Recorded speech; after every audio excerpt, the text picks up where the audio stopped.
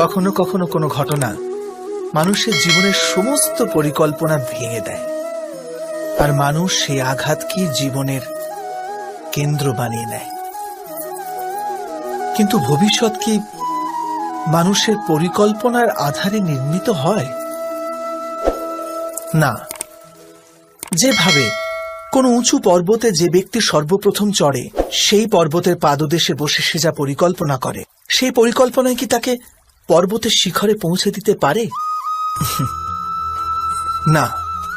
বাস্তবে সে ব্যক্তি যত উপরে ওঠে, তত নিত্য নতুন পরীক্ষা, নতুন বিড়ম্বনা, নতুন ধরনের অবরোধের সম্মুখীন হয়। প্রত্যেক পদে তার পরবর্তী পদক্ষেপ ঠিক করতে হয়, প্রত্যেক পদে তাকে পরিকল্পনা বদলাতে হয়। না হলে যদি পুরাতন পরিকল্পনা তাকে খাদের দিকে ঠেলে দেয়, সে পর্বতকে নিজের যোগ্য করে তুলতে পারে না, কেবল নিজেকে পর্বতের যোগ্য করার চেষ্টা করতে পারে। আচ্ছা, জীবনের ক্ষেত্রেও তো এমনই হয়। যখন মানুষ তার জীবনের কোনো একটি বাধা, কোনো একটি অবরোধকে জীবনের কেন্দ্র বানিয়ে নেয়, নিজের জীবনের গতি থামিয়ে দেয়, তখন সে তার জীবনে সফল হতে পারে না সুখ আর শান্তি প্রাপ্ত করতে।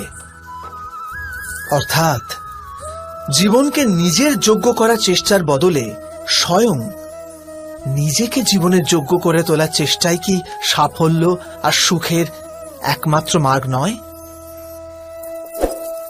স্বয়ং বিচার করুন।